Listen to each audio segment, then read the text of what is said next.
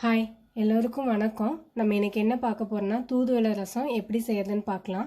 தூதுவளை வந்து சளிக்கு ரொம்ப நல்லது. ஆஸ்துமா இருக்கிறவங்க, சளி தொந்தரவு இருக்கிறவங்க, மூச்சு பிரச்சனை இருக்கிறவங்கலாம் இது சாப்பிடுங்க.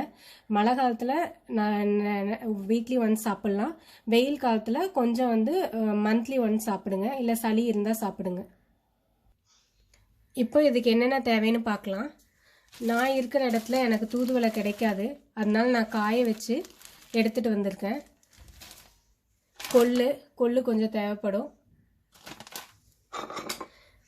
இந்த கொள்ளு கொஞ்சம், தூதுவளை எல்லாம் நம்ம மிக்சியில் அரைக்கணும், அதனால அரைப்படாது, அதனால கொஞ்சம் தண்ணியில் ஊற வச்சுருக்கேன். வெங்காயம், சின்ன வெங்காயம் கிடைக்கிறவங்க கண்டிப்பாக 3 சின்ன வெங்காயம் யூஸ் பண்ணுங்கள். எனக்கு இந்த வெங்காயம் தான் இருக்குது, அதனால நான் கொஞ்சம் எடுத்துக்கிட்டேன். கருவேப்பிலை, பூண்டு பெருசாக 3 பல் பூண்டு, மிளகு சளிக்கு ரொம்ப நல்லது, ஜீரகம், தக்காளி. தூதுவளை இலை கிடைக்காதவங்க இந்த மாதிரி பவுடர் விற்கும் நாட்டு மருந்து கடையில், இது வாங்கி கூட யூஸ் பண்ணலாம். கொஞ்சம் துளசி இலை போட்டால் நல்லது. நான் என்கிட்ட துளசி இலை இல்லை, அதனால இந்த பவுடர் கொஞ்சம் சேர்த்துக்கிறேன். இது எல்லாத்தையும் அரைக்கணும். எடுத்து வச்ச எல்லாத்தையும் மிக்சி ஜாரில் போட்டுட்டேன். துளசி பவுடர் வந்து பாருங்கள், கொஞ்சம் ஒரு 1/4 டீஸ்பூன் போதும், அவ்வளோ போட்டாவே போதும். இப்போ எல்லாத்தையும் அரைக்கலாம். இந்த மாதிரி அரைச்சி எடுத்து வச்சுக்கோங்க. இனி ரசம் எப்படி தாளிக்கலான்னு பார்க்கலாம்.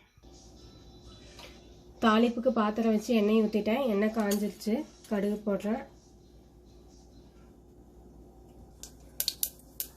எண்ணெய் காஞ்சி கடுகு போட்டாச்சு, கடுகு வெடிக்க ஆரம்பிச்சிருச்சு. மிளகாய், கருவேப்பிலை. இப்போ நம்ம அரைச்சி வச்சுருக்கிறதெல்லாம் ஆட் பண்ணிக்கலாம்.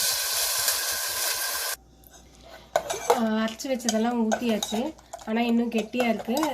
நல்லா நிறையா தண்ணி ஊற்றிக்கோங்க, எவ்வளோ தண்ணி வேணுமோ. நான் இவ்வளோ தண்ணி சேர்த்துருக்கேன். இப்போ வந்து கரெக்டாக இருக்குது, ரசத்துக்கு ஏற்ற மாதிரி இருக்குது. தேவையான அளவு உப்பு போட்டுக்கோங்க. நல்லா பச்சை வாசம் போகிற அளவுக்கு கொதிக்க விடுங்க.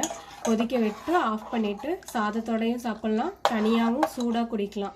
நல்லா கொதிக்க ஆரம்பிச்சிருச்சு. துளசி, அந்த தூதுவளை, அந்த மூலிகை மணம்லாம் நல்லா வருது. ஆனால் இன்னும் கொதிக்கணும், இன்னும் பச்சை வாசம் இருக்குது. நல்லா கொதிக்க விடுவோம்.